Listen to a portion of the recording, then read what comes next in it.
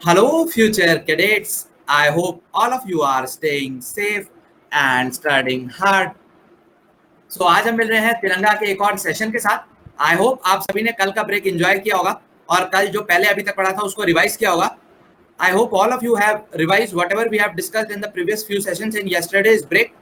The exams are appearing nearer. August is set for CAPF and FCAT. So AFCAT और CAPF के बच्चों के exams तो एकदम आ चुके हैं. आप सबको जैसा मैंने बताया था कि सेकेंड वीक ऑफ जुलाई में वी वुड स्टार्ट प्रचंड. सो कई सारे बच्चों के मैसेज आ रहे थे कि सर करंट अफेयर्स के लिए प्रेशर आ रहा है. बेटा कोई चिंता की बात नहीं है. 2 जुलाई के आसपास we would start Prachand. It is the only current affairs that you need to study before the exam. ठीक है, बिल्कुल सही बात अनमोल. सारे बच्चों से रिक्वेस्ट है कि आप सेशन को शेयर कर दें अपने दोस्तों के साथ ताकि जो साथी अभी तक नहीं जुड़ पाए हैं they can also join in and we can start. इस सीरीज में जो आज बच्चे पहली बार हमारे साथ जुड़े हैं, I welcome all of you to today's class. This series is a crash course of entire GAT, यानी जीके इसमें आपको मिलेगी, आपको इस सीरीज में इंग्लिश मिलेगी और आपको इस सीरीज में जनरल साइंस भी मिलेगी. So basically history, geography, polity सारे के कॉन्सेप्ट्स हम स्टडी करेंगे, बेसिक फंडा से लेके एडवांस कॉन्सेप्ट्स तक. लाइव क्विज भी रहेगी सेशन के एंड में और रात को इन सभी के क्वेश्चंस हम प्रैक्टिस करते हैं 10 PM पे, जहां आप कैश प्राइज भी जीत सकते हैं. अभिषेक 1-2 सेशन ज्योग्राफी के और हैं, उसके बाद वी वुड स्टार्ट पॉलिटी. सो तिरंगा, कैप्टन तिरंगा आपका जीएटी का मसीहा आपके सामने आ चुका है. एक बार सारे बच्चे सेशन को फाइनली शेयर कर दो ताकि जो साथी अभी तक नहीं जुड़े हैं they can also join in. हमने फिजिकल ज्योग्राफी से अपनी प्रिपरेशन स्टार्ट की थी. We have already done a lot of sessions on physical geography. अगर आपने नहीं देखे हैं तो पूरी ज्योग्राफी, फिजिकल ज्योग्राफी जो है लगभग 90% हो चुकी है. Only 1-2 lessons are left. Yes, आज लैपटॉप सही चल रहा है. I hope, knock on the wood. ठीक है, आज पढ़ा लेंगे Anmol. Anmol it is fine I guess. Aditya earthquake आज कर लेंगे, चिंता मत करो. मैंने यार लैपटॉप अभिषेक सही होने गया था तो मैंने मैसेजेस देखे नहीं, अभी मैं चेक कर लूंगा. ठीक है, ओके ऋतुपूर्णा, मैंने आपको लिंक दे दिया है. मैं 2 मिनट वेट कर रहा हूँ. सारे दोस्त बच्चे अपने सेशन को शेयर कर दो. I am giving you 2 minutes to share the session, then we would start. जैसा मैंने बोला है, जून के मेरी भी मजबूरियां हैं. जुलाई 1 से मैं मॉनिटर करूंगा कितने बच्चे आते हैं. If the number of students is less than it would be difficult for me to continue the series. So I would urge all of you कि आप शेयर करते रहें, because if adequate number of students are not there then I might not be able to continue the series. Thanks a lot Aniket. Yes Anmol, थोड़ा गला बैठा हुआ है. So I would urge all of you to please share the session and bring all your friends. Nightfall रात को 10 PM पे होता है. So physical geography करते हैं. We would start with physical geography का एक और lesson. Those of you who are new to the class, hi guys, I am Akshay. I am from the 130th course of National Defence Academy, All India rank 154. I was an Indian Air Force cadet and I was Thanks a lot. Link मैंने आपकी screen पे दे दिया है. Okay ठीक है. Yes, आज 9 PM पे Dare to Dream series का नेक्स्ट पार्ट आएगा. We would have the next part of Dare to Dream series at 9 PM. So stay tuned for that. आपको जिन बच्चों को Dare to Dream का सेकंड पार्ट का इंतजार था, बिल्कुल प्लेग्राउंड की स्टोरी का आगे का सस्पेंस आपको आज पता चलेगा. अपने दोस्तों को भी बता देना ताकि सबको पता लग जाए. यस, बिल्कुल सही. ठीक है, सो तैयार हैं सारे बच्चे आज के सेशन के लिए. आज हम क्या करने वाले हैं, रॉक्स का जो एक टॉपिक छूटा था उसको निपटाने की कोशिश करेंगे, अर्थक्वेक निपटाने की कोशिश करेंगे और एटमॉस्फेयर एंड इट्स कंपोजिशन. ठीक है, इसके बाद हमारी फिजिकल ज्योग्राफी खत्म हो जाएगी. We would be done with our physical geography. ये जो साइक्लोन्स वाला टॉपिक है, एटमॉस्फेरिक प्रेशर और विंड्स वाला, ये मैं नेक्स्ट पार्ट में पढ़ाऊंगा. ज्योग्राफी का जो नेक्स्ट पार्ट आएगा, बीच में हम पॉलिटी करेंगे, क्योंकि जो हमने जितनी ज्योग्राफी कर ली इतने से लगभग 30% ज्योग्राफी के सवाल इतने से बन जाएंगे जितना अभी तक कर लिया इस सीरीज में. इसके बाद नेक्स्ट 30% इसमें करेंगे और नेक्स्ट 30% इसमें करेंगे. ठीक है, सो 90% ज्योग्राफी इसी सीरीज से आ जाएगी जो ये चल रही है. ठीक है, क्वेश्चन सेशन के एंड में रखेंगे. आयुष, अखिल, पूरी कोशिश है, मेरा मन है, बट यार वही है बात कि अगर नंबर्स कम होंगे तो it would be difficult to justify कि why are we doing this. ठीक है, नहीं कल ऑफ था, कल लैपटॉप सही होने दिया था, आज होपफुली सही चलेगा. चलिए शुरू करते हैं. Let's start with atmosphere. Okay, मैं अब चैट को प्राइवेट कर रहा हूं. Let's start with atmosphere. ठीक है, दामिनी बिल्कुल सो एटमॉस्फेयर याद करो, हमने फर्स्ट दिन पढ़ा था कि हमारा जो अर्थ है उसमें जो जोन ऑफ लाइफ है उसको हम क्या बोलते हैं? What do we call the zone of life on earth? We called it biosphere. ठीक है, वी कॉल्ड इट बायोस्फीयर। ठीक है, yes Anil, this would be useful, this is a stand alone class, पर आपको फुल नॉलेज के लिए previous series देख लेनी चाहिए। बायोस्फीयर, ठीक है, तो उसमें क्या था? एक था लिथोस्फीयर। लिथोस्फीयर हम प्लेट्स के टाइम पे पढ़ चुके हैं। ठीक है, ओके आयुष, करवाएंगे। नेक्स्ट है, एक लेयर होती है एटमॉस्फेयर जिसमें हवा होती है, और एक लेयर होती थी हाइड्रोस्फेयर जिसमें ओशियंस होता है। तो याद करो, हाइड्रोस्फेयर हम ऑलरेडी पढ़ चुके हैं ओशियन करंट्स के टाइम पे। लिथोस्फेयर जब हम पढ़ रहे थे continental drift theory, plate tectonics, ये सब तो हम ये पढ़ चुके हैं। आज जो हम पढ़ने वाले हैं दैट इज ऑफ एटमॉस्फेयर। ठीक है, आज हम एटमॉस्फेयर की बात करेंगे। What is atmosphere? देखो, if earth is like this, earth का अपना ग्रेविटेशनल पुल रहता है। वी नो अर्थ का ग्रेविटेशनल पुल रहता है। क्वालिटी होगी इसके बाद, next after geography is quality only. ठीक है, अच्छा रिकॉर्डिंग में चेक करवा लेता हूं अनिल। ठीक है, तो अर्थ की अपनी ग्रेविटेशनल पुल होती है। अब क्या होगा, अर्थ के अराउंड चारों तरफ गैसेज रहती है। सो अगर कोई बोले अर्थ में एटमॉस्फेयर क्यों है, उसके पीछे सबसे बड़ा रीजन क्या है अर्थ का? What is the reason that earth has an atmosphere and Mercury does not? Economics भी कराएंगे। ठीक है, तो इसका आंसर क्या हो जाएगा? It is gravitational force. Gravitational force is responsible for earth to have a atmosphere. पहला क्वेश्चन ये बनेगा। इसीलिए मरकरी जैसे प्लैनेट पे रिकॉर्डेड क्लासेज एक हफ्ता तो रहती है। सो मैंने आपको पहले पढ़ाया था which is the hottest planet, सबसे ज्यादा टेम्परेचर कहां पे रहता है? बिल्कुल सही। कई लोग सोचेंगे सूरज के सबसे करीब मरकरी है तो मरकरी में रहना चाहिए, but that is not correct. The hottest temperature would be Venus. सबसे गर्म प्लैनेट कौन सा हो जाएगा? वीनस। क्यों? क्योंकि वीनस में एटमॉस्फेयर है और एटमॉस्फेयर एनर्जी को स्टोर करता है। ठीक है, और दूसरा क्या हो जाएगा? मरकरी ऑल्दो सन के सबसे करीब है बट वो टेम्परेचर को स्टोर नहीं कर पाता। क्यों? क्योंकि उसमें एटमॉस्फेयर नहीं है। क्यों नहीं है? क्योंकि सूरज का जो ग्रेविटेशनल पुल है, सूरज का जो गुरुत्वाकर्षण की शक्ति है, वो मरकरी के अपने गुरुत्वाकर्षण से ज्यादा है। इसलिए मरकरी के चारों ओर जो गैसेज होती भी है वो सूरज की तरफ अट्रैक्ट हो जाती है, मरकरी उन्हें अट्रैक्ट नहीं कर पाता। ओके आदि, ठीक है, ये फंडा क्लियर है? सो this is very important concept. बहुत ही कम बुक्स में आपको ये चीज समझाई जाएगी कि हॉटेस्ट वीनस क्यों है, मरकरी क्यों नहीं है? क्योंकि मरकरी में एटमॉस्फेयर नहीं है। मरकरी में एटमॉस्फेयर क्यों नहीं है? क्योंकि सूरज का ग्रेविटेशन मरकरी के ग्रेविटेशन को ओवर पावर कर देता है, ओपी कर देता है। ठीक है, सो इसीलिए अर्थ में एटमॉस्फेयर है क्योंकि अर्थ का ग्रेविटेशन अपने अराउंड गैसेस को रखता है। सो एटमॉस्फेयर क्यों है, पहली बात समझ आ गई। एटमॉस्फेयर क्या है? तो हमारी अर्थ के चारों ओर वहां पे हीट कैप्चर हो सकती है। जहां भी एटमॉस्फेयर होगा वो, जैसे आप रात को सोते हो, अगर बिना कंबल ओढ़े सोओगे तो ठंडी लगेगी, और कंबल ओढ़ के सोओगे तो गर्मी लगेगी। सेम चीज है, ये एटमॉस्फेयर एक कंबल का काम करता है। ठीक है, अब दूसरी चीज, एटमॉस्फेयर में क्या चीज है, क्या क्या चीजें हैं? तो देखो, हम लोग जनरली सोचते हैं कि एटमॉस्फेयर जो हमारे जस्ट इमीडिएटली ऊपर हवा है, ये जिसमें मैं हाथ हिला रहा हूँ, यही हवा एटमॉस्फेयर है। नहीं, जब तक आप आउटर स्पेस तक नहीं पहुंचते, पूरी की पूरी चीज एटमॉस्फेयर ही कहलाती है। हाँ, जिस पार्ट में हम रहते हैं वो एटमॉस्फेयर की लोअर मोस्ट लेयर है। ठीक है, नहीं, प्लैनेट तो सारे उसमें। ठीक है, आयुष अभी नहीं हो रहा होगा बेटा स्क्रीन फ्रीज। यस, ठीक है। प्रियांशु, टेलीग्राम चैनल का नाम है @ssb_success, जाके टेलीग्राम पे सर्च कर लो, मिल जाएगा। ओके, सो पूरा का पूरा सिस्टम ये क्या है? एटमॉस्फेयर का पार्ट है। ठीक है, बिल्कुल अनुराग। ठीक है, आर्यन में चेक करवा लूंगा रिकॉर्डेड वीडियो में क्या हो रहा है। ठीक है, सो पहला फंडा क्लियर हुआ। सिर्फ जिस हवा में हम रह रहे हैं सिर्फ वही एटमॉस्फेयर का पार्ट नहीं है, up to the outer space the entire thing is atmosphere, पहली चीज। दूसरा, एटमॉस्फेयर का कंपोजिशन क्या है? कई लोग सोचते हैं सिर्फ गैसेज ही हैं एटमॉस्फेयर में। नहीं, गैसेज भी हैं, वाटर वेपर भी है, डस्ट पार्टिकल्स भी हैं। जैसे जो क्लाउड्स होते हैं, क्लाउड्स बरसों रे मेगा मेगा बरसों, तो वो क्यों बरसता है? क्योंकि उसमें वाटर वेपर स्टोर्ड होती है। ठीक है, सो this is clear. So dust particles clear हो गए। अब गैसेस का composition, what is the composition of gases? ठीक है, इंपॉर्टेंट क्वेश्चन। याद करो, हमने बात की थी पहले कि सबसे ज्यादा हमारे एटमॉस्फेयर में कौन सी गैस है? नाइट्रोजन, 78% के करीब करीब। Next was what? Oxygen. Then what was? Argon. Then was carbon dioxide. ठीक है, सो ये ऑर्डर सबको याद होना चाहिए।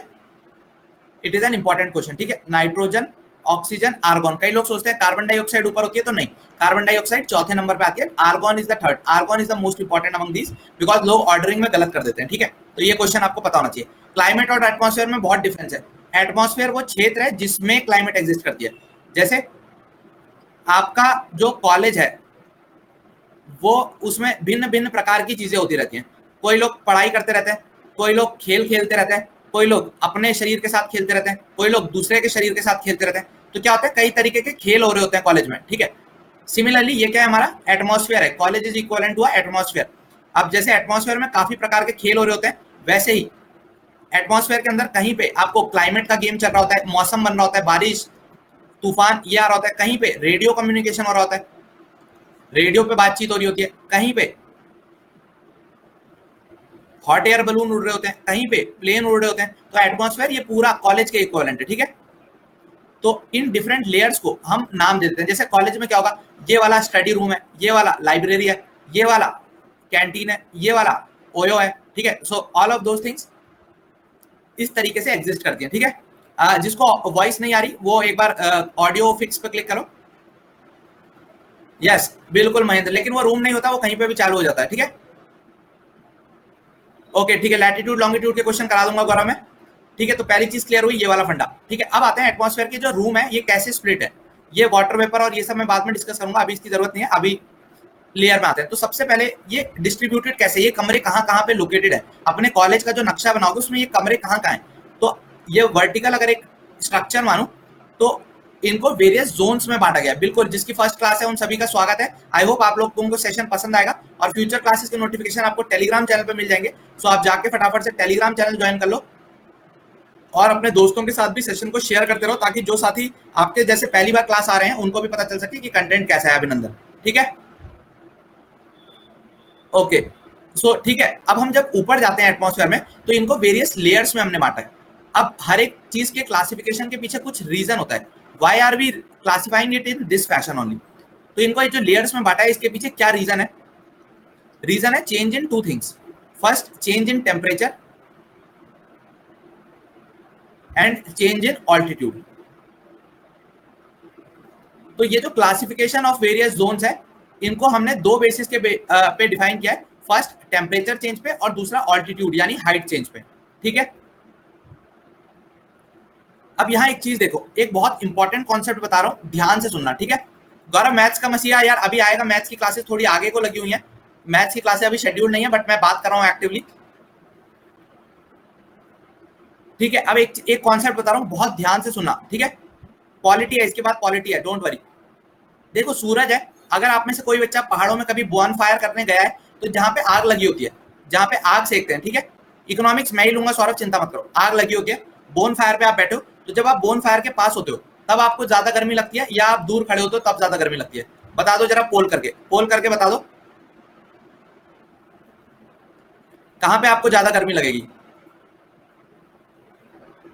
मैथ्स का मसीहा कॉन्सेप्ट के लिए बात कर लिया मैंने, एक बात चल रही है, देखता हूं कौन अच्छा पढ़ाएगा। So I would bring that, otherwise मैं भी थोड़ा पुश मारूंगा, ठीक है। बिल्कुल सही, जो बच्चे ये बी बोल रहे हैं, बेटा लगता है आपको गर्मी किसी और, आग से ज्यादा गर्मी आपको कहीं और से मिलती है, यहाँ पे जो बैठा है उससे आपको ज्यादा गर्मी मिलती है, ठीक है, तभी आप ऐसा बोल रहे हो।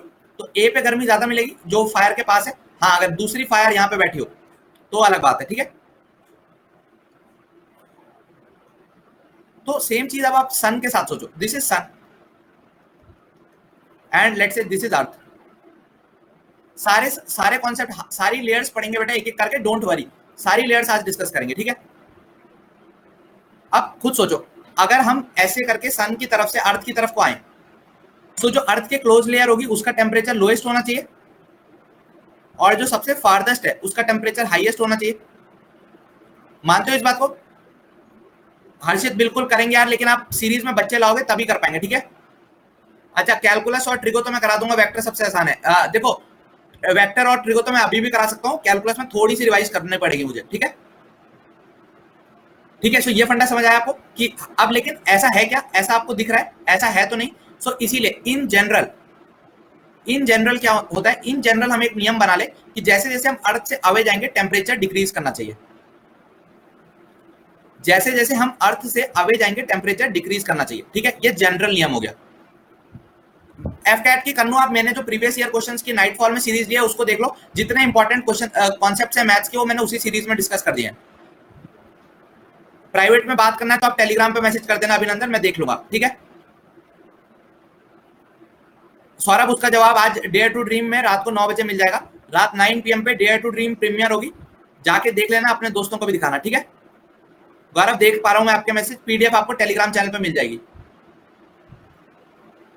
उत्पल मैं उसको दोबारा एक्टिव करवाने को बोलूंगा, ठीक है। 10 बजे नाइटफॉल होगी, बिल्कुल 9 PM की सीरीज देख के आना, फिर 10 बजे मुझे, ठीक है। टेलीग्राम चैनल @SSB_success है।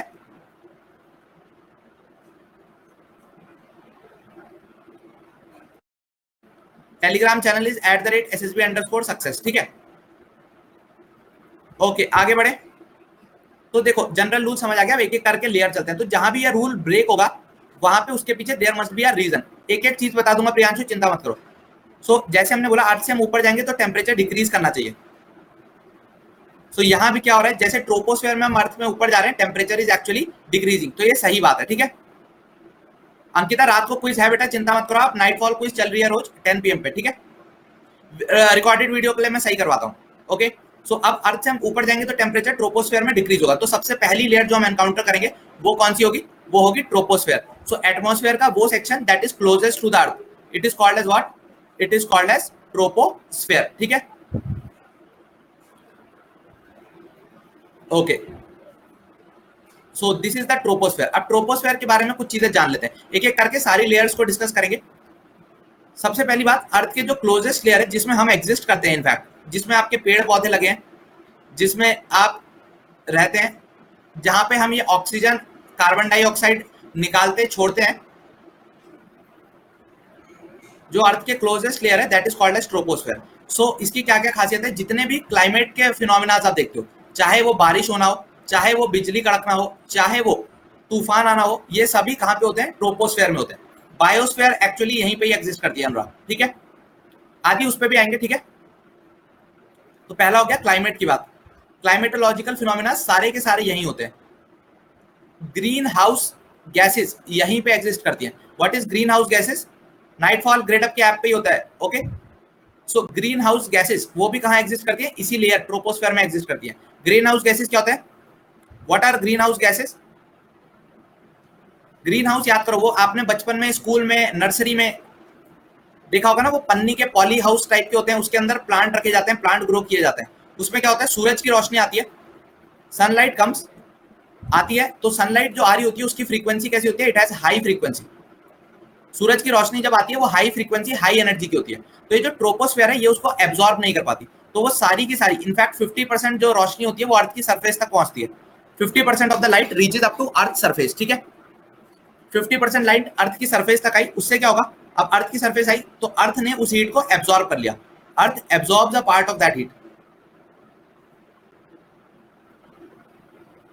ठीक है। अर्थ ने उस हीट का कुछ हिस्सा एब्जॉर्ब कर लिया। अब ऐसा नहीं है कि अर्थ उसे हमेशा अपने पास रखेगी, अर्थ उस हीट को रिलीज करती है थोड़े टाइम बाद। Earth releases that heat after some time in the form of radiations. इन रेडिएशंस को बोलते हैं टेरेस्ट्रियल रेडिएशंस।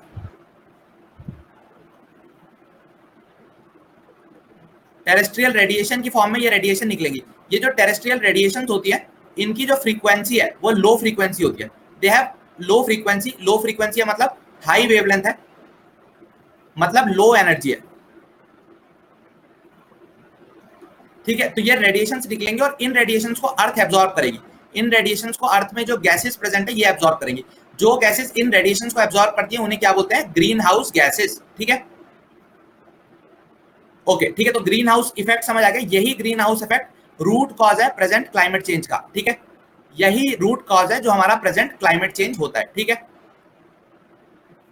ओके, ठीक है, इतना फंडा क्लियर हो गया, बिल्कुल। चाहे कार्बन डाइऑक्साइड हो, क्लोरोफ्लोरोकार्बन हो, all these gases are part of greenhouse gases, ठीक है। टेरेस्ट्रियल रेडिएशन उत्पन्न, बस इतना मोटा मोटा समझो, सूरज से जो रोशनी आई वो बहुत ज्यादा एनर्जी की होती है। हमारी ट्रोपोस्फेयर में जो गैसेज हैं वो उसको एब्जॉर्ब नहीं कर पाती।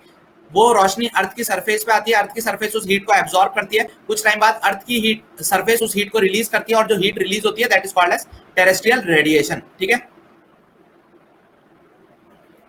ओके, ठीक है। ओके, ठीक है। तो ये फंडा क्लियर हुआ ग्रीन हाउस इफेक्ट। तो अब क्या होगा, जब अर्थ से रेडिएशन निकल रही है, अगर अर्थ से रेडिएशन निकल रही है and as we go above, तो क्या होगा, अर्थ से रेडिएशन निकली तो जो अर्थ के क्लोजेस्ट होगा वहां पे सबसे ज्यादा हीट एब्जॉर्ब होगी, सही बात है। जैसे आप और ऊपर जाओगे इसकी क्वांटिटी कम हो जाएगी।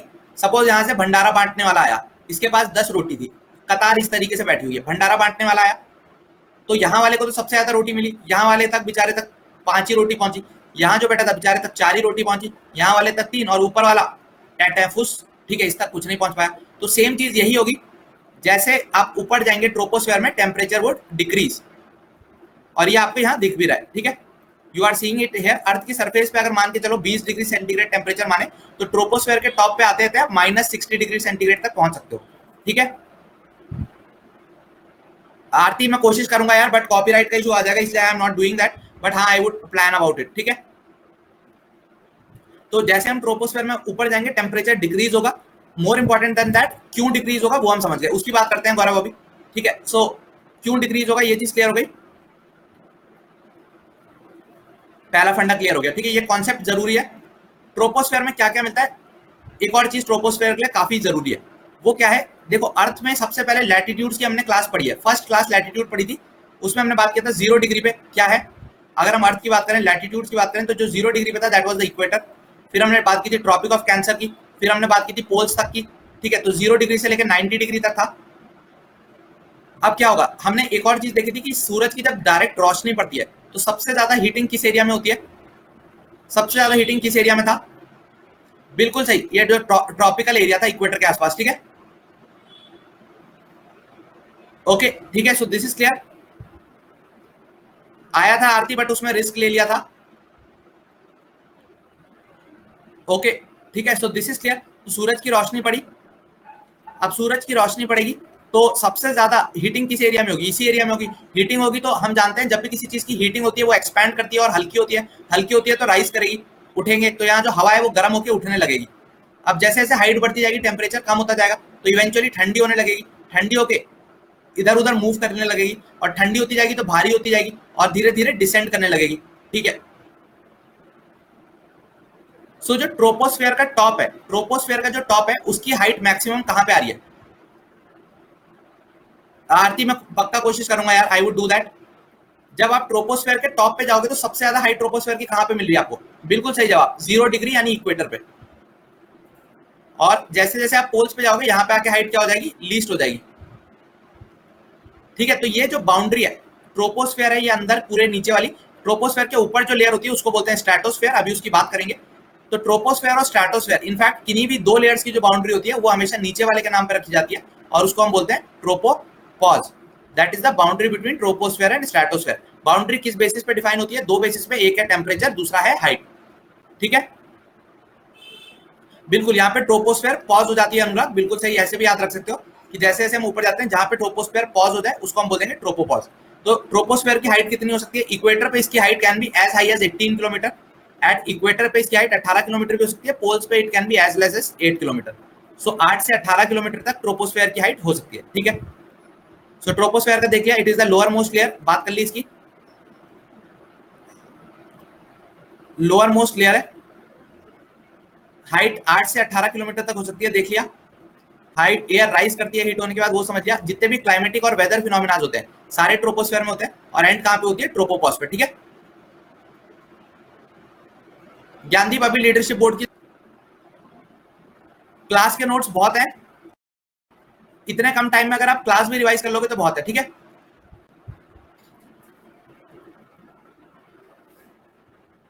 नेक्स्ट क्वेश्चन, जो टॉपिक है that is your stratosphere. Stratosphere के बारे में कुछ चीजें जानते हैं हम। Stratosphere is one of the layers of our atmosphere, कहां पे, जो यहाँ पे लोकेटेड है, सेकंड नंबर पे। तो देखो अब जनरल नियम क्या कहता है, जनरल नियम क्या कहता है, जैसे जैसे हम हाइट में इंक्रीज करेंगे टेम्परेचर इंक्रीज करेगा, जैसे जैसे हम सन की तरफ जाएंगे टेम्परेचर इंक्रीज करेगा। सो इसीलिए जैसे जैसे आप स्ट्रेटोस्फेयर में ऊपर जाओगे temperature would keep on increasing, ठीक है। वेद नहीं यार, कल आने वाली थी बट वो आ जाएगी, क्योंकि हमने उसको एनडीए के रिजल्ट के आसपास रखना था, बट एनडीए का रिजल्ट तो अच्छे दिन की तरह हो गया है, आ ही नहीं रहा है, तो इसलिए हमने आज के लिए सोचा कि आज कर देते हैं। जनरल नियम आदि जो हमने देखा था कि जैसे जैसे आप सूरज के पास जाते रहोगे टेम्परेचर इंक्रीज करेगा, सो इसीलिए यहाँ पे जनरल नियम लागू होगा, जैसे जैसे आप सूरज की तरफ जा रहे हो टेम्परेचर इंक्रीज कर रहा है इन योर स्ट्रेटोस्फेयर, ठीक है। सो स्ट्रेटोस्फेयर में हाइट के साथ टेम्परेचर इंक्रीज करता है। ओके, ठीक है,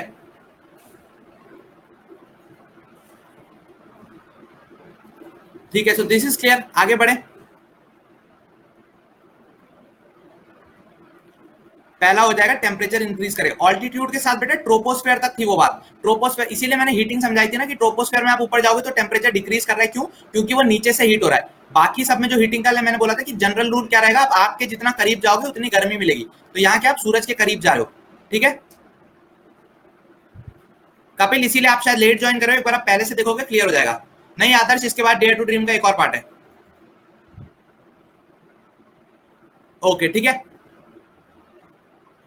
ठीक है। सो ये क्लियर हो गया पहला। ये इसीलिए बोल रहा हूँ कॉन्सेप्ट की तरह समझना, रटने बैठोगे तो बहुत दिक्कत हो जाएगी। कॉन्सेप्चुअली समझो। आरती ओके, मैं ले लूंगा सेशन के एंड में, पीडीएफ टेलीग्राम पे मिल जाएगी।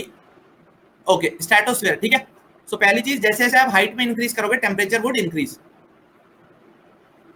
दूसरा, स्ट्रेटोस्फेयर की खासियत क्या क्या है, what are the specialities of stratosphere. पहली, ये वन ऑफ द मोस्ट शांत लेयर है।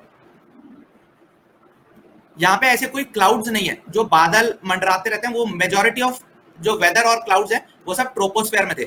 स्ट्रेटोस्फेयर में आपको क्लाउडलेस लेयर मिलेगी, विंडलेस लेयर मिलेगी। यहाँ क्लाउड नहीं मिलेंगे, विंड नहीं मिलेगी, डस्ट भी नहीं मिलेगी। क्या मिलेगा? ओजोन मिलेगा, O3 मिलेगा, ठीक है। सो ओजोन लेयर स्ट्रेटोस्फेयर में आपको मिलेगी। अब जो है, क्या विंड नहीं है, क्लाउडलेस नहीं है, तो एक बात सोचो, अगर आपको बहुत बाइक चलाता है आप में से कोई, ठीक है, ओके, एक बार बच्चे ये बता दो सारे बच्चे कि आप चाहते हो कि जो ये सीरीज हुई है हमारी तिरंगा सीरीज, इसकी जो ज्योग्राफी की वीडियोस है, क्या हम उसे टेलीग्राम पे अपलोड करें? मैं पोल ले लेता हूं। आरती बहुत रिक्वेस्ट कर रही है आपसे इस बारे में, ठीक है, कर देंगे जब ज्योग्राफी कंप्लीट हो जाएगी, तो उसके बाद we would try to do.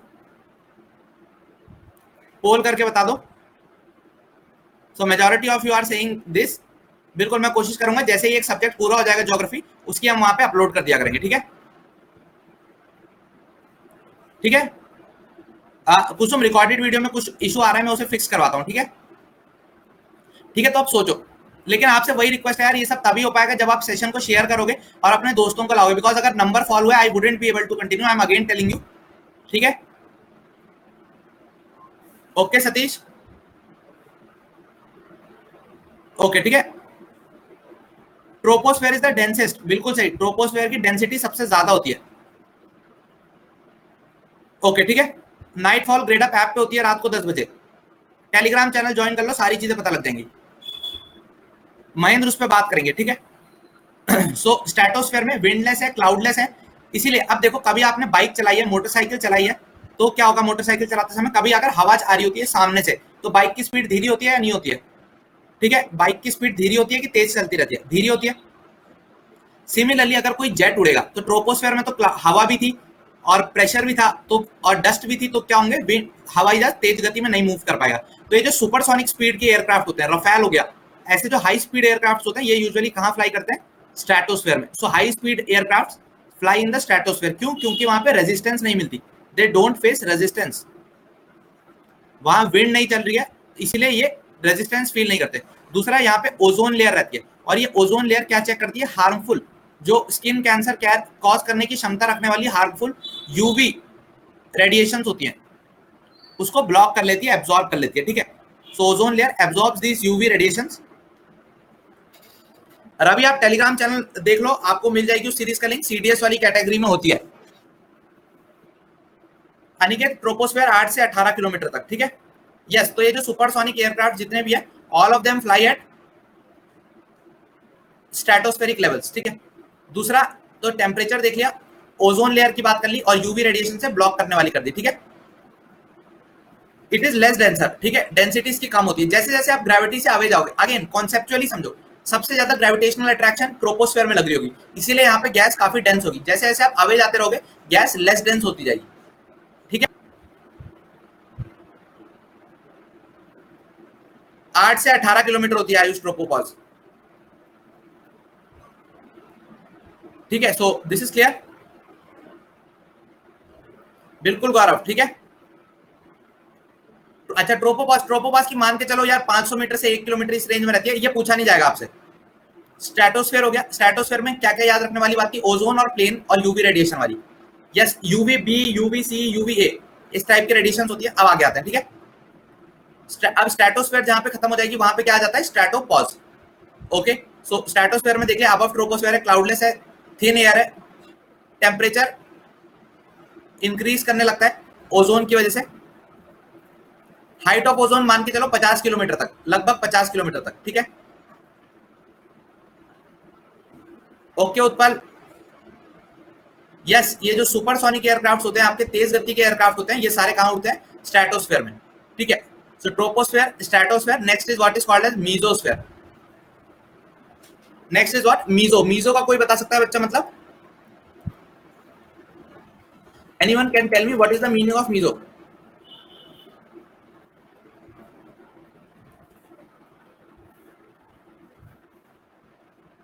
कौन बता सकता है?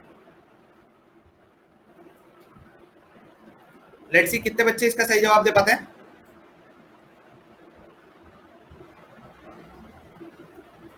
सो यस, मीजो मीन्स होता है मिडल, बिल्कुल सही जवाब।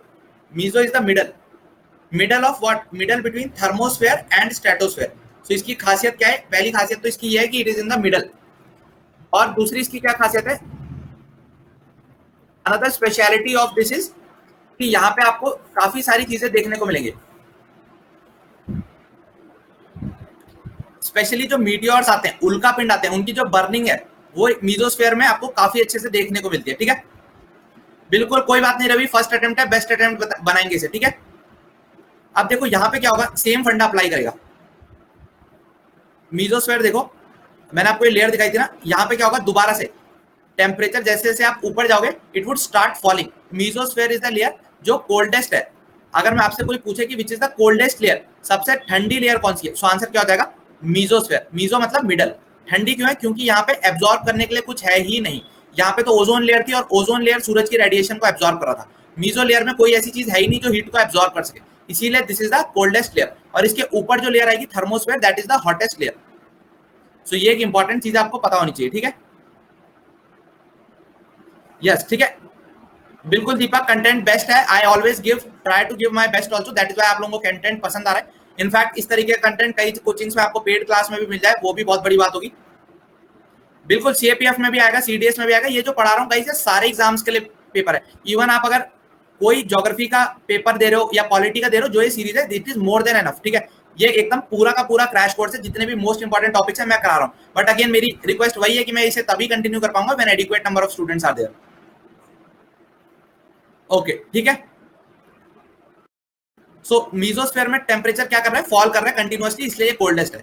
इसके बाद तो थर्मोस्फेयर आ जाएगा और कंटिन्यूअसली टेम्परेचर बढ़ता रहेगा। क्यों बढ़ेगा, वही आप सूरज के करीब जा रहे हो, ठीक है, और सूरज के जितना करीब जाओगे उतना गर्म होता जाएगा। वो बोलते हैं ना, सूरज को हराने निकले थे, सूरज को हराने निकले थे बेवकूफ, सूरज को हराने निकले थे बेवकूफ, सारे सिपाही मोम के थे, सारे सिपाही मोम के थे, पिघल के वापस आ गए, ठीक है। सो सेम चीज है, थर्मोस्फेयर के बाद सूरज की तरफ जाने लगते हो और एकदम rise rise, just like the fortunes of Ambanis, rise करते रहता है, ठीक है।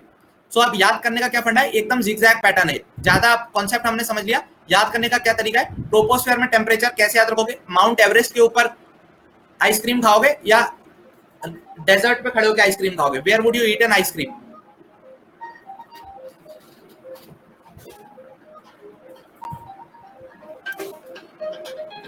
हेलो हेलो हेलो मीरा भाई, अभी मैं जरा वही थाने में हूँ, अभी थोड़ी देर में बात करता हूँ। यार अभी पता नहीं कुछ, अभी रुक जा, अभी थोड़ा देर बताता हूँ, आधे घंटे। ओके, ठीक है। हाँ बेटा, ऑडियो म्यूट नहीं हुआ, किसी ऐसी स्पेशल कॉल थोड़ी थी जो मैं ऑडियो म्यूट करूँ, ठीक है। सो ये क्या ऐसा पहाड़ों सा इसमें बनेगा, ठीक है। बिल्कुल एवरेस्ट के टॉप पे तो कोई नहीं खाएगा, तो ट्रोपोस्फेयर में जैसे जैसे ऊपर जाओगे टेम्परेचर फॉल करेगा। इसके बाद ऐसा पहाड़ सा मान लो कि जिगजैग जिगजैग चलेगा, ऐसे भी याद कर। ओके, ठीक है, सो दिस इज क्लियर, ठीक है। बिल्कुल अनिकेत, शुक्रिया। जिंदगी बहुत कुछ बना देती है, वो भी बन जाएंगे। Thermosphere, mesosphere. अब मीजोस्फेयर की और क्या खासियत है, अनमोल नहीं, मैं आया हुआ था वहां पे टू मीट समवन, ठीक है। उत्पल आप फ्रीजिंग हट चुके होगी यार, ठीक है। सो दिस इज क्लियर। तो ये फ्री फ्रॉम क्लाउड्स है, वेदर फिनोमिना भी नहीं है। ये तो स्ट्रेटोस्फेयर था, मीजोस्फेयर ये रहा, ठीक है। इंटरमीडिएट लेयर है, मिडिल लेयर है, कोल्डेस्ट लेयर है। और मीजोस्फेयर में आपको एक और बहुत स्पेशल चीज देखने को मिलती है। You find a very special thing here, which is what, noctilucent cloud. अगर आपसे पूछे हाईएस्ट क्लाउड कौन से होते हैं, तो देखो मेजॉरिटी ऑफ द क्लाउड्स तो ट्रोपोस्फेयर में, 99% क्लाउड्स ट्रोपोस्फेयर में। और ट्रोपोस्फेयर में जो हाईएस्ट क्लाउड होता है, ये हम आगे पढ़ेंगे फ्यूचर क्लासेस में, सिरस क्लाउड होता है। लेकिन अगर आप मीजोस्फेयर में आओगे तो मीजोस्फेयर में एक स्पेशल क्लाउड मिलता है, that is called as noctilucent cloud. Again word power use करो, नॉक्टी नॉक्टर्नल, रात के लिए वर्ड यूज है। लूसेंट, लूसेंट क्या है, वो लूसेंट की जीके की किताब, वो किस रंग की है, येलो। लूसेंट का मतलब होता है शाइन, लाइट, चमकने वाली। सो नॉक्टिलूसेंट यानी ये जो कॉस्मिक डस्ट की वजह से जो क्लाउड्स बनते हैं in mesosphere, which are the highest altitude clouds, these are called as noctilucent clouds, ठीक है। ये आसमान के टॉप में आपको बहुत सुंदर से क्लाउड्स दिखते हैं। सो नॉक्टिलूसेंट क्लाउड कहां पे लोकेटेड है, मीजोस्फेयर में। बिल्कुल आएगा एग्जाम में कि नॉक्टिलूसेंट क्लाउड कौन सी लेयर में होते हैं, मीजोस्फेयर में होते हैं, ओके। पैराबोलिक फ्लाइट यानी वो जो भी आप वो मिसाइल मारते हो या कोई भी पत्थर मारा, वो जो इस तरीके से पैराबोला का, पैराबोला की क्या होती थी, y equal to x square होती थी शायद पैराबोला की ना, 4a, y equal to 4a, ऐसा कुछ होता ना, ऐसी 4 कुछ होता था शायद, 4ax, x नहीं होता था बेटा, एक्स स्क्वायर होता था, इतना तो मुझे याद है। यस, तो उसी इक्वेशन को जो फॉलो करते हैं वो ट्रोपोस्फेयर में इक्वेशन फॉलो होती है। यस, वाई स्क्वायर बराबर 4ax, हाँ हाँ हाँ, ठीक है। हाँ एक्स होगा तो लाइन हो जाएगी वो। अरे इतनी मैथ्स तो मुझे भी आती है बेटा, ठीक है। तो दूसरा, अब इसके बाद मीजोस्फेयर में क्या क्या चीज याद रखनी है, मीटियोर्स बर्न करते हैं, कोल्डेस्ट लेयर है, और तीसरी क्या है, तीसरी है कि नॉक्टिलूसेंट क्लाउड आपको यहाँ देखने को मिलते हैं। तीन चीजें याद कर ली, हो गया ये, ओके। अब आ जाते हैं थर्मोस्फेयर में। थर्मोस्फेयर की क्या खासियत है, it is the hottest layer. सबसे ज्यादा क्यों, क्योंकि अब आप सूरज के करीब जाने लगे हो तो टेम्परेचर रैपिडली बढ़ने लगेगा। कई लोग पूछ रहे थे आयोनोस्फेयर कहाँ पे होती है, तो आयोनोस्फेयर जो है बेटा थर्मोस्फेयर में ही लोकेटेड होती है। ये थर्मोस्फेयर का जो ऊपर वाला हिस्सा है, this is actually called as ionosphere.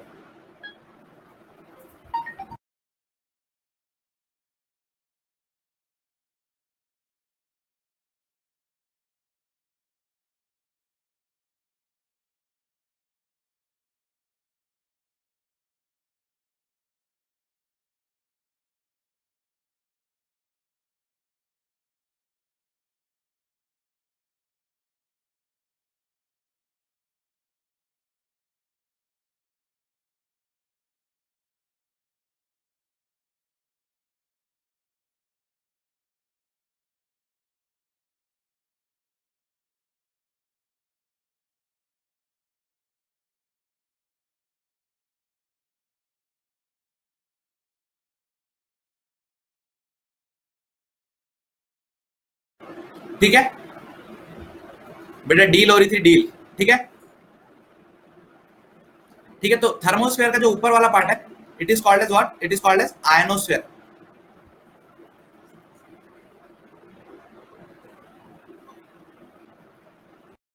Ionosphere is important for radio communication, क्योंकि यहाँ पे आयंस लोकेटेड होते हैं, चार्ज पार्टिकल्स। तो आयनोस्फेयर की मदद से जो भी आपके सैटेलाइट कम्युनिकेशन होते हैं वो यहाँ से रिफ्लेक्ट होकर वापस नीचे आता है। तो ये जो सारा का सारा गेम चलता है, that happens in this thermosphere वाला पार्ट, आयनोस्फेयर का ऊपर वाला रीजन, ठीक है। टेलीग्राम चिन्मय @ssb_सक्सेस सर्च कर लो, मिल जाएगा बेटा। नितिन मैं उसको फिक्स करवा लेता हूँ यार। दीक्षा आप लिंक के थ्रू ज्वाइन कर लो, कोई दिक्कत नहीं है। दूसरा, एक आपने सुना होगा आईएसएस के बारे में। आईएसएस क्या है, what is ISS, international space station. पढ़ा है इसके बारे में, करंट अफेयर्स में काफी आजकल न्यूज में। तो ये जो घूमता रहता है अर्थ के चारों ओर, ये इसी थर्मोस्फेयर में ही लोकेटेड है। साइंटिस्ट जाते हैं यहाँ पे स्टडी करने, ठीक है। तो ओरिजिनली इसमें कौन कौन मेंबर थे,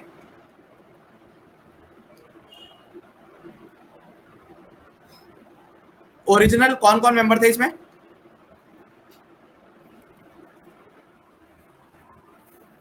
ओरिजिनली क्या है international space station? Original international space station एक आइडिया था कि अर्थ के चारों ओर हम एक ऐसी आर्टिफिशियल स्पेस बनाएंगे जहां पे रह के एक आर्टिफिशियल सैटेलाइट बनाएंगे जो अर्थ के चारों ओर लो अर्थ ऑर्बिट पे घूमती रहेगी और यहां से हम अर्थ में माइक्रोग्रेविटी एक्सपेरिमेंट्स करेंगे। ठीक है, ओके ठीक है, सो दिस इज क्लियर, ये चीज क्लियर हुई microgravity. Okay so this is clear, microgravity experiments हो रहे थे यहाँ पे।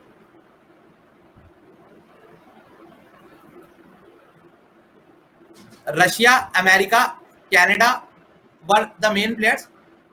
Russia, Canada, Europe, these were the major countries। Russia, Canada, Europe और यूएसए। ठीक है, रशिया, अमेरिका, कनाडा, यूरोप। तो Japanese race was the keyword, China was not there, Japanese race. ठीक है, यहां पे लोकेट थी, China was not a member of this. तो चाइना को खुंदक आ गई कि भाई मैं तो मेंबर हूं नहीं।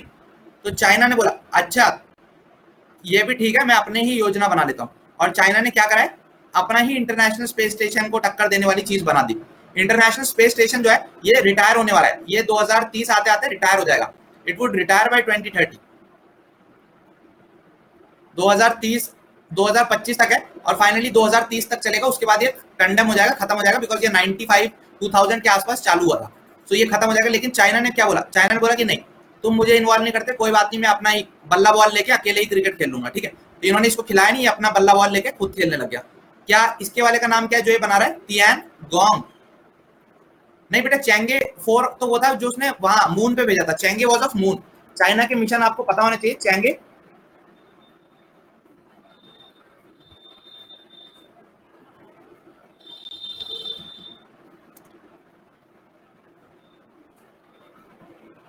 चेंगे वॉज चाइना का मिशन मून का। ठीक है, Tian gong is the mission जो चाइना ने इंटरनेशनल स्पेस स्टेशन के लिए भेजा है। अब इसमें काफी सारी चीजें होंगी, तियान गोंग तो पूरे प्रोजेक्ट का नाम है।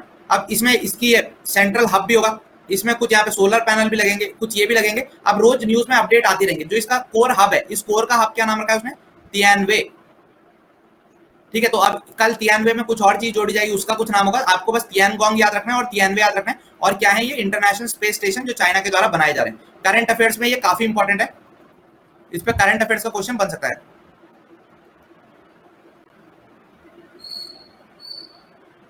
ओके ठीक है, ये चीज क्लियर है।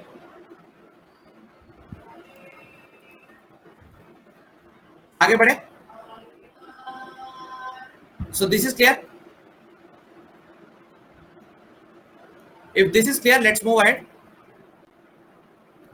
तो ये करंट अफेयर्स का इतना चीज आपको पता होनी चाहिए, this was in current affairs. ठीक है, आगे बढ़े बिल्कुल। तियानगोंग और तियानहे, तियानहे इस डब्बे का नाम है और पूरे प्रोजेक्ट का नाम क्या है, पूरे प्रोजेक्ट का नाम क्या है, तियानगोंग। कुछ कुछ हेवन से रिलेटेड इसका मतलब होता है। ठीक है, सो थर्मोस्फेयर में क्या क्या चीजें इंपॉर्टेंट थी, टेम्परेचर राइज की बात है, आयनोस्फेयर यहीं लोकेटेड है, मीटियोर भी बर्न करना शुरू करते हैं और मोस्टली वहां तक बर्न हो जाते हैं। थर्मोस्फेयर की बात करें तो area wise it is the largest layer. अगर आपसे एग्जाम में सवाल आता है which layer is largest by the area, तो लार्जेस्ट थर्मोस्फेयर है। मोस्टली यहाँ आपको हीलियम नाइट्रोजन देखने को मिलेगी। इंटरनेशनल स्पेस स्टेशन यहीं लोकेटेड है। थर्मोस्फेयर के बाद जो लेयर होती है that is just exosphere, outer space start होने लगता है। ठीक है, इसके बाद आ जाता है आउटर स्पेस, एक्सोस्फेयर शुरू हो जाती है जो अपर मोस्ट पार्ट है बियॉन्ड द आयनोस्फेयर। यहाँ पे एयर नहीं मिलती, एयर की डेंसिटी बिल्कुल खत्म हो जाती है और आप सूरज के करीब जाने लगते हैं तो टेम्परेचर इंक्रीज करता रहता है। और जो आउटर स्पेस का कंपोजिशन है that is largely helium and hydrogen आपको यहाँ तैरती हुई मिल जाती है। ठीक है, सारी लेयर्स में लार्जेस्ट जो थी वो हमारी एटमॉस्फेयर की थर्मोस्फेयर थी। ठीक है, सो अब एक बात हमने बाउंड्रीज देखी थी, ट्रोपोस्फेयर स्ट्रेटोस्फेयर की बाउंड्री को हमने बोला ट्रोपोपॉज, स्ट्रेटोस्फेयर मीजोस्फेयर की बाउंड्री को बोला स्ट्रेटोपॉज, मीजोस्फेयर थर्मोस्फेयर की बाउंड्री को बोला मीजोपॉज। तो अब थर्मोस्फेयर एक्सोस्फेयर की बाउंड्री को क्या बोलेंगे, थर्मोपॉज। अब बताओ एक्सोस्फेयर और आउटर स्पेस की बाउंड्री को क्या बोलेंगे, यानी एक तरीके से हमारे एटमॉस्फेयर और आउटर स्पेस की बाउंड्री को हम क्या नाम देंगे, एक्सोपॉज नहीं बोलेंगे बेटा, यही मात खा गए। बिल्कुल Anurag, Karman line, Karman line और Karman line, whatever you say. So Karman line would be the boundary layer between these two layers, ठीक है। नाइटफॉल में किया था, अरे मैं बता रहा हूँ ना, नाइटफॉल जो बच्चा अटेंड कर रहा है उसका आधी चीजें सॉर्टेड है, बिकॉज वो प्रैक्टिस क्वेश्चन के थ्रू इतने कॉन्सेप्ट जान लेगा कि उसको एग्जाम में दिक्कत नहीं आएगी। तो 10 PM पे रोज नाइटफॉल हो रहा है, वहां आना है आप सभी ने। टेलीग्राम चैनल पे उसका लिंक अवेलेबल है, @SSB_success सर्च मार लो टेलीग्राम पे जाके, मेरी इमेज मिल जाएगी, जाके ग्रुप को ज्वाइन कर लो, सारे अपडेट्स मिल जाएंगे, ठीक है। Magnetosphere रिमिल is here. मैग्नेटोस्फेयर अलग से कोई एटमॉस्फेयर की लेयर नहीं होती। देखो अर्थ पे अगर आप देखो, if you focus on earth, earth में याद करो हमने मैग्नेटिज्म के बारे में पढ़ा था कि अर्थ है मैग्नेटिज्म। हमने कहा था अर्थ से ऐसे मैग्नेटिक फील्ड लाइंस निकलती है नॉर्थ पोल से साउथ पोल की तरफ।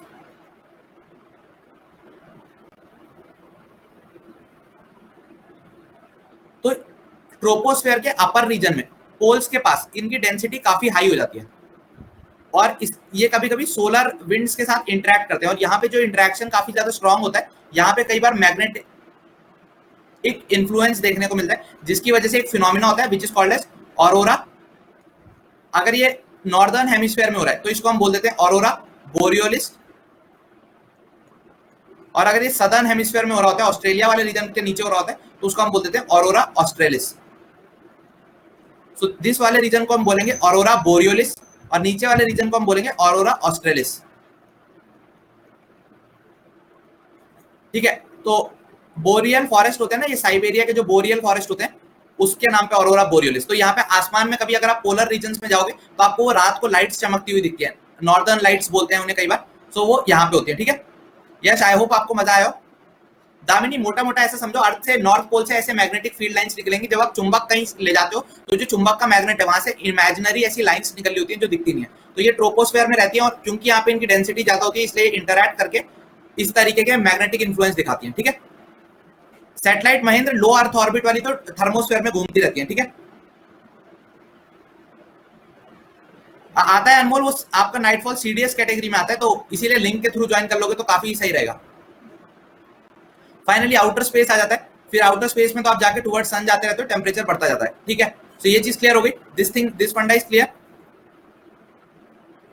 एटमॉस्फेयर क्लियर हो गया सबको। एटमॉस्फेयर की लेयर्स को लेकर किसी को कोई डाउट?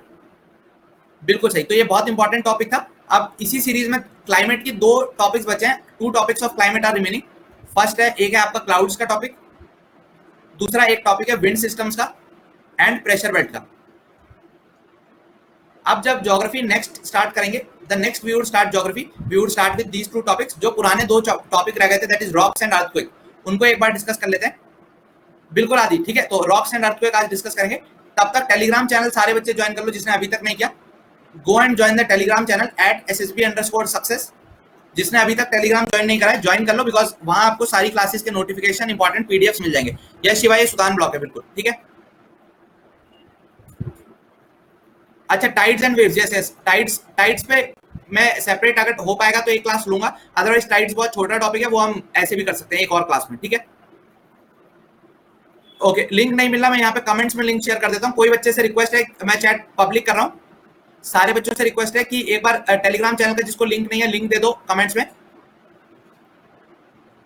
नहीं उत्पल, मैं यूज नहीं करता यार। ओके ठीक है, आदि आज समझ जाओगे, आज सीख जाओगे। यस, इस बिल्डिंग का ब्लॉक का नाम सुदान है। ये सुदान की गवर्नमेंट ने इसको फाइनेंस किया था as a token of appreciation for the work that Indian soldiers did in Sudan, ठीक है। जेट स्ट्रीम विंड्स के साथ होगा अभिषेक, ठीक है। सो टेलीग्राम का बच्चों ने कमेंट्स में शेयर कर दिया, थैंक्स अ लॉट एवरीवन, ठीक है। Thank you sir. ओके,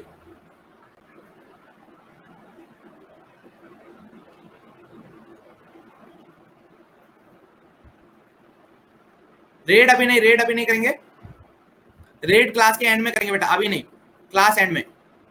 तब तक रहो, अभी 2 टॉपिक रह गए, छोटे से टॉपिक हैं, ठीक है। शेयर कर दो, हाँ उससे पहले शेयर करने में कोई मनाही नहीं है, शेयर कर दो। ये 2 टॉपिक और उठाएंगे आज, निपटा देंगे, समझ रहे हो। ऐसा आप में अगर आपने कहीं पेड कोर्सेज भी खरीदे हैं, ऐसा कंटेंट मिलना मुझे तो लग रहा है मुश्किल होगा, बिकॉज वहां भी उन पे प्रेशर रहता है, और मैं ये बिना प्रेशर के तभी तक पढ़ा सकता हूँ जब तक आप लोग सौरभ आपको पेज के हिसाब से जाना चाहिए, आगे पीछे का एक पेज मिलता है तो उसमें आपको रिपोर्ट कंप्लीट करनी रहती है। नॉर्थ अरोरा को हमने बोला ऑरोरा बोरियोलिस, नॉर्दर्न हेमिस्फीयर में होगा उसको हम बोलेंगे ऑरोरा बोरियोलिस, जो सदर्न हेमिस्फीयर में होगा उसे हम बोलेंगे ऑरोरा ऑस्ट्रेलिस। ठीक है, सभी ने शेयर कर दिया होगा मैं उम्मीद करता हूं। अब रॉक्स की बात करते हैं, चट्टानों की बात करते हैं। ठीक है, यस बिल्कुल आते हैं गौरव, अगर आप जाएंगे तो आउटर स्पेस में यही सब एग्जिस्ट करता है। हर्षल बहुत अच्छी प्रिपरेशन हो जाएगी। Let's start with rocks now. ठीक है, रॉक्स की बात करते हैं, चट्टानों की बात करते हैं, पत्थरों की बात करते हैं। तो देखो वैसे तो हमने जब हम लिथोस्फेयर पढ़ रहे थे, जब हम कॉन्टिनेंटल ड्रिफ्ट थ्योरी ये सब पढ़ रहे थे, हमने बात की थी अर्थ की क्रस्ट की। We talked of earth crust. ठीक है, आदि अब सही हो गया होगा यार। अर्थ की सरफेस पे अगर आप देखोगे तो अर्थ की हमने क्रस्ट की बात की थी, that earth crust is there, और उसमें हमने बात किया था दो तरीके की क्रस्ट है, ओशियनिक क्रस्ट और कॉन्टिनेंटल क्रस्ट। ये क्रस्ट असल में बनी किस चीज से होती है? What is this crust made up of? ये जो अर्थ की क्रस्ट है इसका निर्माण किस चीज से हुआ होता है? एनीवन? बिल्कुल, it is made up of largely rocks. Largely किस चीज की बनी होती है? It is made up of rocks only. ठीक है, तो रॉक्स के भी टाइप्स होते हैं असल में। ठीक है, there are types of rocks, और ये रॉक्स के टाइप ब्रॉडली तीन कैटेगरीज के होते हैं।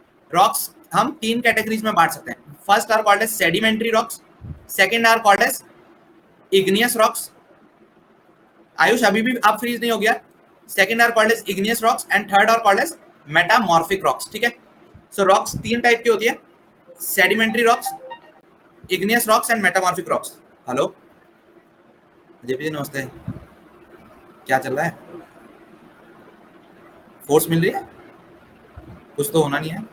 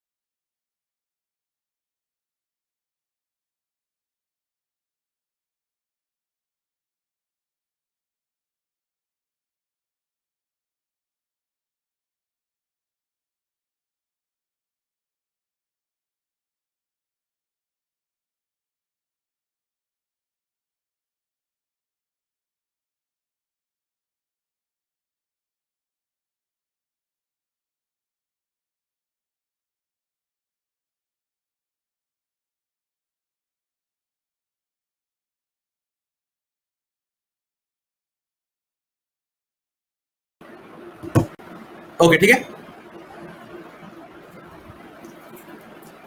Igneous rocks, metamorphic rocks and sedimentary rocks, तीन तरीके की रॉक्स होती है। ठीक है, एक बार रिकनेक्ट करके देखो यार, फ्रीज मेरे हिसाब से तो सही चल रही है सेशन में। तीन किस्म की रॉक्स हैं। ठीक है, सो इन रॉक्स की खासियत क्या होती है? What is the speciality of rocks?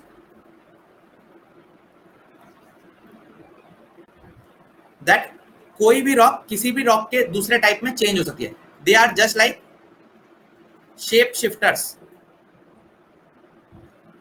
बहरूपिया की तरह होती है वो। ठीक है, किसी का भी रूप ले लेती है।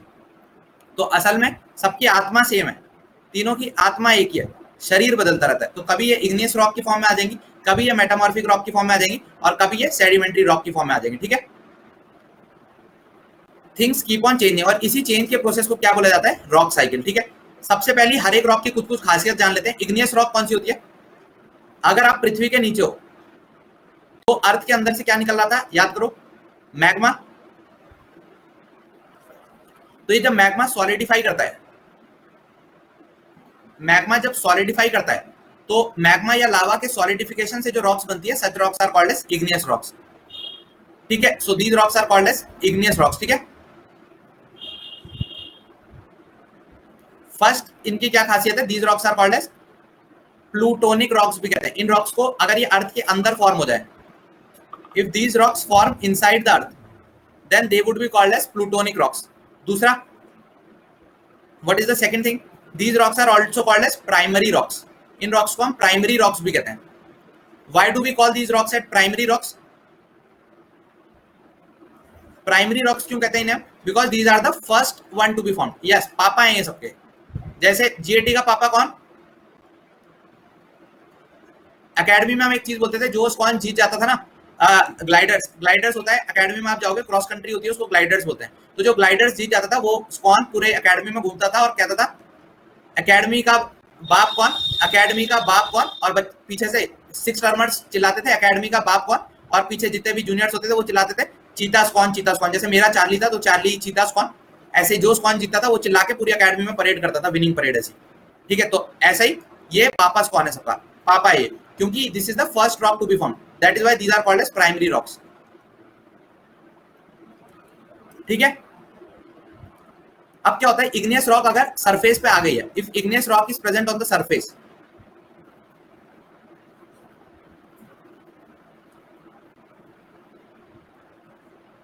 इग्नियस रॉक अगर सरफेस पे प्रेजेंट है तो क्या होगा, समय के साथ वो इरोड करने लगेगी, टाइम एंड इरोजन की वजह से ये रॉक जो है इसके टुकड़े टूटने लगेंगे, it would start breaking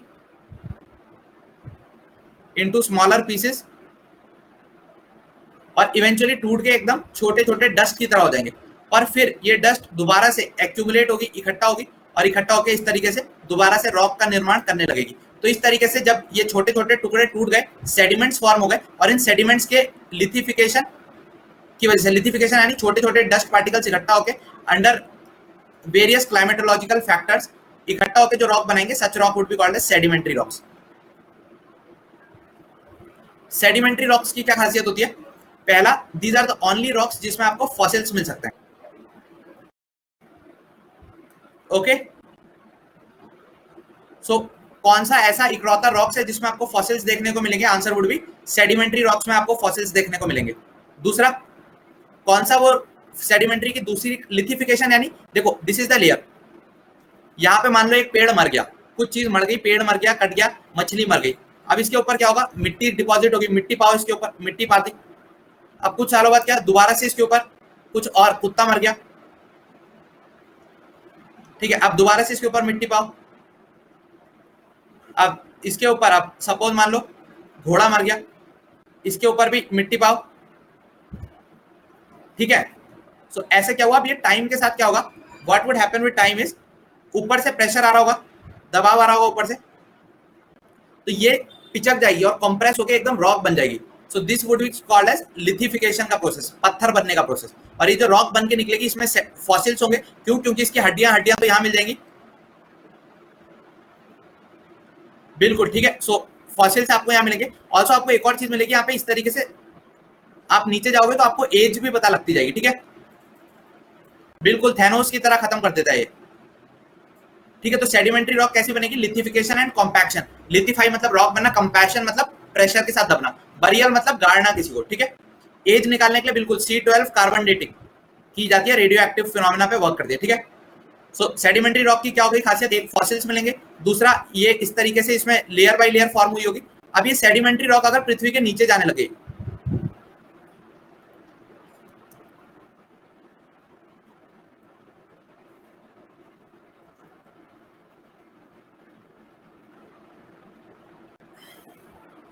yes C14 sorry, ठीक है, अनुराग, यस C14, ठीक है। सो सेडिमेंट्री रॉक का फंडा क्लियर हो गया क्या है। अब क्या, सेडिमेंट्री रॉक अगर पृथ्वी के नीचे जाएगी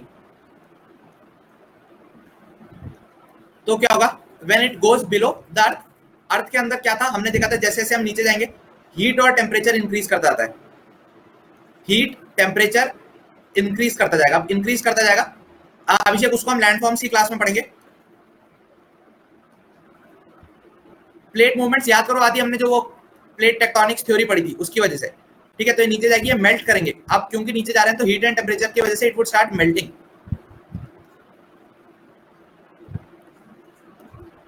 मेल्ट करेगी, पिघलेगी, पिघल के क्या बनेगी, पिघल के ये दोबारा से रिक्रिस्टलाइन करेगी। व्हाट इज रिक्रिस्टलाइन, वैसे इतना डेप्थ में आपके एग्जाम में नहीं आएगा, बट फिर भी जिसको समझ रहे हैं, पहले कोई रॉक थी उसमें एक मॉलिक्यूल समझो यहाँ था, दूसरा यहाँ था, तीसरा यहाँ था, चौथा यहाँ था, तो ये एक तरीके का क्रिस्टल था। अब क्या हुआ, नहीं, अगर कोई भी रॉक जमीन के नीचे जाने लग जाएगी, एनी ऑफ द रॉक्स, चाहे वो इग्नियस हो या सेडिमेंट्री हो, अगर वो जमीन के नीचे जाएगी तो वो मेल्ट होने लग जाएगी, और मेल्ट होकर क्या होगा, रिक्रिस्टलाइन करेगी। यानी ABCD अगर ऐसे थे तो ए यहाँ आ गया, सपोज सी यहाँ आ गया, बी डी यहाँ आ गया और बी यहाँ आ गया। तो ये क्या हो गया, स्ट्रक्चर का रिक्रिस्टलाइजेशन हो गया, क्रिस्टल्स की पोजीशन बदल गई और असल में ये एक दूसरी रॉक बन गई। तो ये जो नई रॉक बनेगी that would be called as metamorphic. Metamorphosis का मतलब क्या होता है, मॉर्फोलॉजी, याद करो हमने जियोमॉर्फोलॉजी पढ़ी थी। मॉर्फ का मतलब क्या था, चेंज हो रहा, शेप चेंज करना या कुछ स्ट्रक्चर चेंज करना। तो मेटामॉर्फिक रॉक्स मतलब इनका मेटा स्ट्रक्चर चेंज हो रहा है, ठीक है। मेटामॉर्फिक क्लियर हो गया। तो क्या ये सारी एक दूसरे में चेंज होती रहेंगी, यस चेंज होती रहेंगी, इसी को हम क्या बोलते हैं, रॉक साइकिल, ठीक है।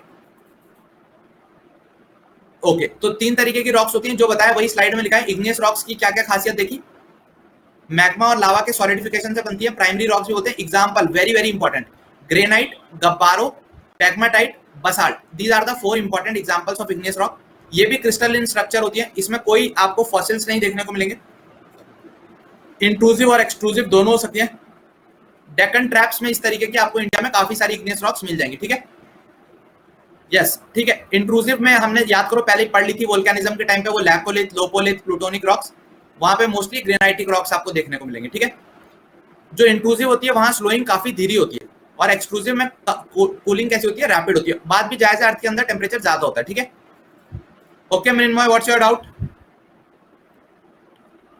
ठीक है। सो this is clear. Next is sedimentary. हमने बोला वेदरिंग एंड इरोजन के प्रोसेस से बनती है। उसके बाद वेदरिंग एंड इरोजन से जो सेडिमेंट आता है उसका कॉम्पैक्शन एंड लिथिफिकेशन होता है। उसके बाद अर्थ की सरफेस पे अगर बात करोगे, अर्थ की क्रस्ट पे बात करोगे, जहां पे ऑफिशियल सीक्रेट्स एक्ट चलता है वहां की बात करोगे, तो सबसे ज्यादा 75% जो रॉक्स आपको अर्थ की सरफेस पे मिलेंगी they are sedimentary rocks. But overall पृथ्वी की बात करोगे, ओवरऑल पृथ्वी की बात करोगे इंक्लूडिंग अर्थ का इंटीरियर, तो आपको अर्थ की वॉल्यूम में सेडिमेंट्री रॉक्स का कंट्रीब्यूशन सिर्फ 5% होगा, ठीक है। अदरवाइज अर्थ की क्रस्ट पे 75% होने वाला है, ठीक है। फॉसिल्स आपको सेडिमेंट्री रॉक में मिलेंगे इंडिया में काफी सारी जगहों पे, यहाँ पे सैंडस्टोन इसका बहुत प्रोमिनेंट एग्जांपल है। क्या क्या और एग्जांपल्स हैं सेडिमेंट्री के, sandstone, limestone, shale, loess, these are examples of sedimentary. इसके अलावा dolomites, limestones, these are examples of sedimentary. इसके अलावा rock salt, chert, flint, these are examples of sedimentary. तो ये सेडिमेंट्री के कुछ अच्छे एग्जांपल्स हैं, आपको याद रखना है। कई बार एग्जाम में डायरेक्ट क्वेश्चन आ जाता है कि कौन सा किसका एग्जांपल है। आप सेडिमेंट्री से इग्नियस में जा सकते हो, इग्नियस से सेडिमेंट्री में आ सकते हो, दोनों से मेटामॉर्फिक में जा सकते हो। So these changes are possible.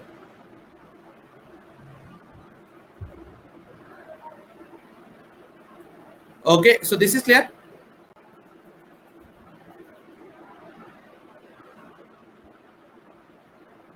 Okay,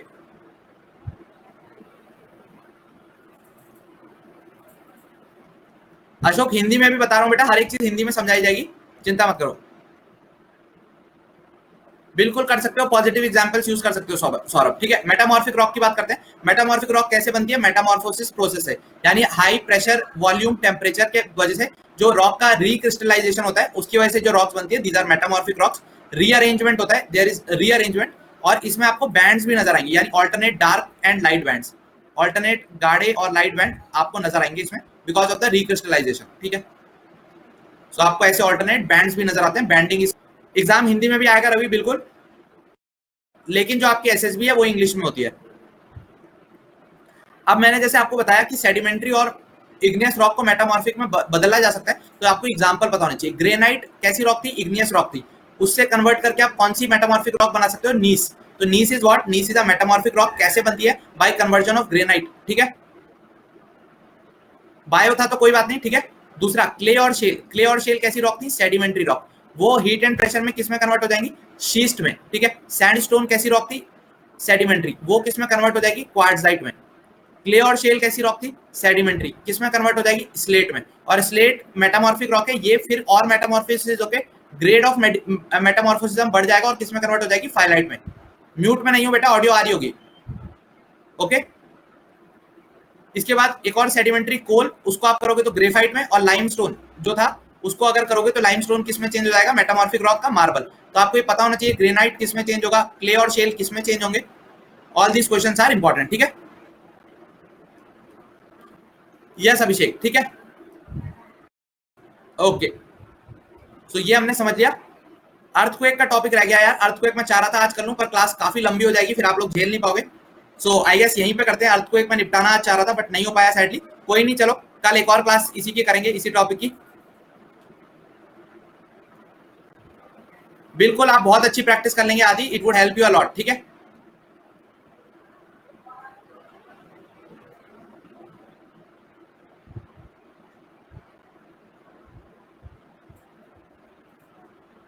that video is not live.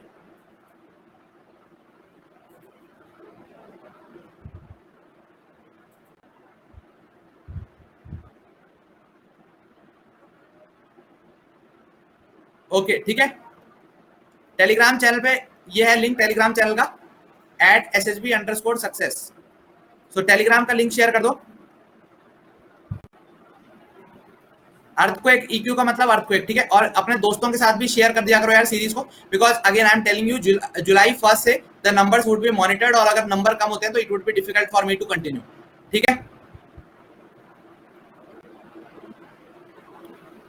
Okay ठीक है, सो विजेंदर ने सेशन का लिंक शेयर कर दिया है। That's all for today I guess. कल करते हैं सेशन, आज रात को 10 PM पे, सॉरी, और 9 PM पे आज हम स्ट्रीम करेंगे, प्रीमियर करेंगे डेयर टू ड्रीम का second part. We would stream the second part of dare to dream, so be ready for that. Okay, Arisman ने एक लिंक भेजा है। आज अरिस्मान ने काफी अच्छे से क्लास अटेंड की थी, तो अरिस्मान एक लिंक भेजेगा। अगर रेड करने के लिए तैयार हो तो बोलो, ठीक है। नहीं, वो वाला लिंक नहीं। ओके ठीक है, रेड करनी है क्या? रेडी है सारे बच्चे रेड के लिए? 3 पार्ट में है डेयर टू ड्रीम, ठीक है। पहले क्विज कर ले यार, आज क्विज के लिए तो क्लास काफी लंबी हो जाएगी अदरवाइज। अभिषेक मैं देख के बताता हूँ, उस ग्राउंड वाली लड़की का आपको सेकंड उसमें पार्ट मिल जाएगा, ठीक है। रेड करनी है तो लिंक भेजो कोई। ओके ठीक है, सो लिंक भेजो। अच्छा, each and every guys ready, ठीक है। फिर लिंक भेजो गाइस, कहाँ करनी है? अरे आयुष, ये वाला नहीं, इसमें वो नहीं है, ये रिकॉर्डेड क्लास चल रही है, वो वेस्ट हो जाएगी, ठीक है। अनुराग देख भेजो। रेड का मतलब क्या होता है जिन्हें नहीं पता, हम किसी का सपोर्ट करने जाते हैं, सो हम बता देते हैं कि तिरंगा झंडा को पता है जीसस क्राइस्ट ऐसे जा जाके सिया भी जा जाके रेड। ओके, इसने एक लिंक भेजा है लौकिक ने, लौकिक का लिंक लॉक करते हैं। मैं आपको और का लिंक है, डेटा के रेड करनी होती है, बच्चे बोल दो, हर एक बच्चे। सो दैट्स ऑल, जाके ज्वाइन कर लो, ठीक है। ओके अनमोल, ठीक है।